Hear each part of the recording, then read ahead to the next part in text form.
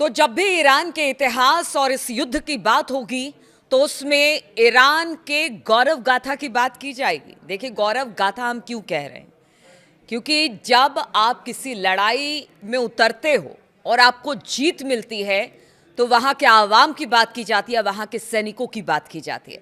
नमस्कार, मैं हूं नीलू और आज कुछ ऐसा ही दिन ईरान के लिए है। ईरान में जश्न का माहौल है क्योंकि ट्रंप ने जिस तरह से पाषाण युग बनाने की बात ईरान को कही थी, अपने अल्टीमेटम जो उन्होंने दिया था उससे 2 घंटे पहले ही, यानी आज सुबह करीब 4:30 बजे के आसपास ही ट्रंप ने सीज फायर का ऐलान कर दिया।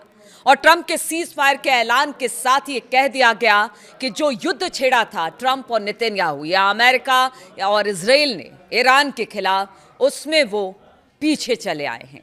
हालांकि देखिए, ये युद्ध विराम जो है यानी सीज फायर है वो सिर्फ 2 हफ्ते का है, इसके बाद क्या होगा नहीं पता। लेकिन जिस 10 शर्तों को ईरान ने अमेरिका के सामने रखा, उसको लेकर डोनाल्ड ट्रंप का युद्ध विराम के साथ एक ट्वीट भी आया, यानी उन्होंने सोशल ट्रुथ पर एक पोस्ट किया जिसमें उन्होंने लिखा कि सीज फायर का ऐलान करते हैं और यही वक्त और हालात की मांग है। साथ ही उन्होंने 10 शर्तों की बात भी की है जो ईरान की तरफ से रखा गया। उन्होंने कहा कि एक ठोस बिंदु है जिसको ईरान ने हमारे सामने रखा है और हम उन बातों पर आगे विचार करेंगे। वो बातें बहुत अच्छी लगी मुझे, इस तरह की बातें। तो इसको आप क्या मानेंगे? 10 शर्तें जो ईरान ने रखी थी उसको ट्रंप ने माना, अपनी 15 शर्तों का जिक्र तक अपनी पोस्ट में ट्रंप ने नहीं किया। अब देखिए, जो 10 शर्तें हैं, कल इस पर वीडियो भी मैंने बनाई थी कि किस तरह से जो 10 शर्तें ईरान ने रखी है उसमें उन्होंने जो बातें रखी उसको ट्रंप मानने को तैयार हैं। और वो 10 शर्तें हैं: सैंक्शन हटाओ, अब कभी भी ईरान पर कोई हमला नहीं होगा, लेबनान से लेकर गजा तक किसी तरह से कोई भी हमला नहीं किया जाएगा और ना ही वहां पर किसी तरह का युद्ध छेड़ा जाएगा, नुकसान की भरपाई करेगा, हॉर्मुज पर अधिकार ईरान का होगा। ये तमाम बातें जो हैं, कुल 10 बिंदु थे, 10 बिंदु, उन सबको एक तरह से कह लीजिए कि ट्रंप स्वीकार करने को तैयार है, बातचीत करने को तैयार है। इधर कल का जिक्र भी आपको कर लेते हैं। ठीक सीज फायर से पहले कहा यह जा रहा था कि ईरान के लिए कयामत की रात है, पता नहीं क्या होगा, परमाणु हमला होगा, बहुत सारी बातें आई। पूरी रात सभी लोगों ने टकटकी लगा कर देखी कि क्या जो ट्रंप धमकी दे रहे हैं वो वाकई वैसा करने वाले हैं। लेकिन ऐसा कुछ नहीं हुआ। अपनी धमकी के अल्टीमेटम को खत्म होने से 2 घंटे पहले ही सीज फायर के ऐलान के साथ 10 बिंदु, 10 प्रस्ताव पर ट्रंप ने एक तरह से कह लीजिए कि मुहर लगा दी। 2 हफ्ते का समय दिया गया है। और सबसे अच्छी बात यह रही कि जो अब्बास अरागची है उनका भी एक पोस्ट आया है और उन्होंने लिखा है कि ठीक है, सीज फायर आपने कर दिया, हॉर्मुज खोलने की बात आप कर रहे हैं और हॉर्मुज को अब हम खोल रहे हैं, यानी हॉर्मुज अब सभी देशों के जहाजों के लिए खोल दिया गया है। वहां पर एक सुरक्षित रास्ता तैयार करने की बात ट्रंप ने की थी, जिसे अब्बास अरागची ने कहा है कि हाँ, हम वहां से सुरक्षित रास्ता बनाकर अब जहाजों को जाने देंगे। तो ये दुनिया भर के लिए अच्छी खबर है क्योंकि दुनिया भर में तेल और गैस को लेकर हाहाकार मचा हुआ था। अब ऐसे में अगर 2 हफ्ते का सीज फायर है, देखिए वो 2 हफ्ते के बाद क्या होगा। देखिए, ट्रंप जिस तरह से बातें कर रहे हैं कि कोई बड़ा हमला होगा, बात नहीं मानी जाती है, तमाम तरह की बातें, तो 2 हफ्ते बाद क्या होगा। लेकिन फिलहाल तो ट्रंप के रुख को देखकर यही लगता है कि 2 हफ्ते के बाद भी कोई पॉजिटिव खबर सामने आएगी। लेकिन ये ट्रंप है, इसलिए ट्रंप पर विश्वास तो ईरान बिल्कुल नहीं करता है। उन्होंने कहा कि ट्रंप ने सीज फायर माना, हमने हॉर्मुज का रास्ता खोला है। अब ये दुनिया भर के लिए अच्छी खबर है और कहा जा रहा है कि इससे मार्केट भी बूम करेगा, आगे बढ़ेगा, जो अब तक लुढ़कता चला जा रहा था। देखिए, अगर इस पूरे युद्ध को हम समझें और देखें तो ईरान नहीं बल्कि ईरानी आवाम की जीत है। कल जिस तरह से ईरान सरकार ने अपने लोगों से कहा कि देखिए, अगर आपको ऊर्जा ठिकानों को बचाना है अपने, या रेलवे पुल सबको बचाना है, तो आप सड़कों पर उतरिए।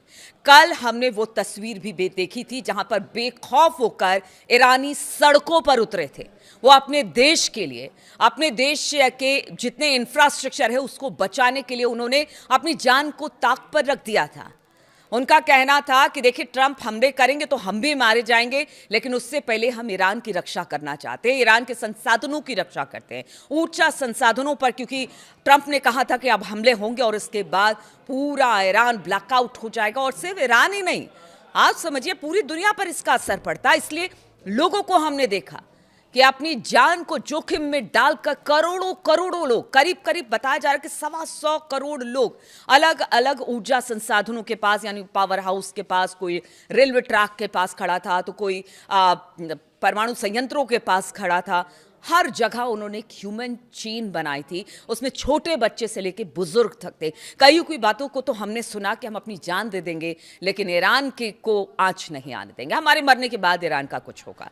तो आप समझिए जहां की कौम, जहां की नागरिक इतने अपने देश के लिए देशभक्ति दिखा रहे हैं, वैसे में ट्रंप को तो झुकना ही था। और ईरानी कौम और ईरान के लिए तो ये कहा जाता है कि अंत समय तक वो लड़ते रहे हैं, इतिहास इसका गवाह है। और कल इसी इतिहास का गवाह एक और, कहते हैं ना कि एक जनरेशन होती है जो एक जनरेशन दूसरी जनरेशन अपनी बातों को पहुंचाती है, उसके गवाह उसका गवाह पूरा दुनिया बना। तो ये थी ईरान की ताकत। अब आपको बताते हैं कि दो देश, इजराइल और अमेरिका, ने मिलकर ईरान पर हमला किया। महाशक्ति अमेरिका को कहते हैं।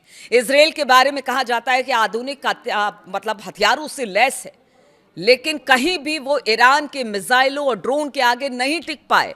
जिस ईरान को झुकाने की बात वो करते रहे, उस ईरान ने अब ट्रंप और नेतन्याहू को घुटनों पर ला दिया है। हाँ, नेतन्याहू की बात और इजराइल की बात हम यहां पर कैसे छोड़ सकते हैं? बिल्कुल चुपचाप। इजराइल इस वक्त बिल्कुल चुपचाप है। ट्रंप ने 2 हफ्ते का युद्ध विराम कर दिया। इधर ईरान ने भी बड़ा दिल दिखाते हुए हॉर्मूज खोल दिया। लेकिन इजराइल का क्या, नेतन्याहू का क्या? सबकी निगाहें इसी ओर है। हालांकि हमें पता है कि नेतन्याहू यही कहेंगे कि हमने जो टारगेट था उसे पूरा किया और हमने उनके ठिकानों, उनके बड़े सैन्य अधिकारी या उनके बड़े नेता को मार गिराया। वो अलग चीज़ है। और ईरान तो कहता रहा है कि हम शहादत के लिए कभी पीछे नहीं हटते। आयतुल्लाह अली खामनेई साहब की बात भी की जाती है कि उनको कहा गया कि आप देश छोड़कर चले जाए, आप पर खतरा है, आपकी मौत हो सकती है, लेकिन उन्होंने देश के लिए अपनी शहादत दी और वो ईरान में ही डटे रहे और उनकी मृत्यु हो गई। अब ऐसे में अगर पूरी कौम उतरती है तो आप समझिए कि एक तरफ ईरान की मिसाइलें, ड्रोन और दो तरफ 2 महाशक्तियां, फिर भी वो ईरान से नहीं जीत पाई। तो ये है ईरान। और ईरान ने अब घुटने पर लाकर खड़ा कर दिया है ट्रंप को।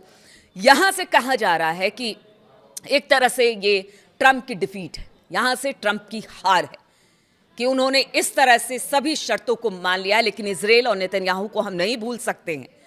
अब देखना होगा, चूंकि देखिए सीज फायर का ऐलान अमेरिका के साथ हो गया है, लेकिन इसके बावजूद ईरान हमले कर रहा है इजराइल पर, क्योंकि उसे पता है कि बातचीत हमारी ट्रंप से हो रही है। नेतन्याहू कौन होते हैं? और देखिए अभी तक हमारे पास मिसाइलें और ड्रोन खत्म नहीं हुई है। इजराइल की मंशा भी बिल्कुल ईरान के सामने है और साफ है कि अगर हम नहीं मारेंगे तो वो मारेगा। इसलिए हमारे साथ उनका जो युद्ध विराम है वो नहीं हुआ है। इसलिए ईरान लगातार इजराइल पर हमले कर रहा है। अब देखना होगा कि उधर से नेतन्याहू, क्योंकि किसी तरह का कोई बयान नहीं आया, 1-2 पोस्ट आए हैं, वो मैं देख रही थी, तो उसमें लिखा हुआ था कि ठीक है सीज फायर अच्छा है, आगे इस पर बातचीत होगी। लेकिन जिन बातों को लेकर ये जो पूरे कहते हैं ना कि 39 दिन ये जो लड़ाई चली है, उसमें हासिल आखिर क्या हुआ? या तो अमेरिका को या इजराइल को क्या हासिल हुआ? ना तो आप रिजीम चेंज कर पाए, ना वहां के लोगों का विश्वास जीत पाए। क्योंकि अगर वहां के लोगों की बात आप कर रहे थे कि वहां के लोग चाहते हैं रिजीम चेंज हो, लेकिन वो कल दिख गया जब 1.25 करोड़ लोग सड़कों पर उतरे और उन्होंने अपने देश के लिए, अपनी सरकार के लिए एकजुटता दिखाई। वहां भी वो फेल हो गए, यानी ट्रंप और नेतन्याहू। उसके बाद उन्होंने कहा कि परमाणु इनरिचमेंट की बात हो रही थी कि उसे हासिल, वो भी नहीं हासिल कर पाए। स्ट्रेट ऑफ हॉर्मुज पर अलग कब्जा कर लिया ईरान ने पूरी स्ट्रेटेजी के साथ, जो कि आपको धराशायी कर गया। आपको इतना आप पे दबाव बना कि आपको झुकना पड़ा, स्ट्रेट ऑफ हॉर्मुज को खोलवाना पड़ा, झुककर खुलवाना पड़ा। तो देखिए ये ईरान की जीत ही कही जाएगी। अब भले लोग इसको कहे कि अमेरिका कुछ भी कर सकता है, महाशक्ति है, कभी भी आगे भी कभी भी कुछ कर सकता है, लेकिन फिलहाल तो वो पीछे है, फिलहाल तो वो झुका हुआ है, फिलहाल तो वो हारा हुआ है। फिलहाल वो इस वक्त कह सकते हैं कि ईरान की बातों को मानने को तैयार है। इसलिए कह रहे हैं कि ट्रंप और अमेरिका झुक गया है।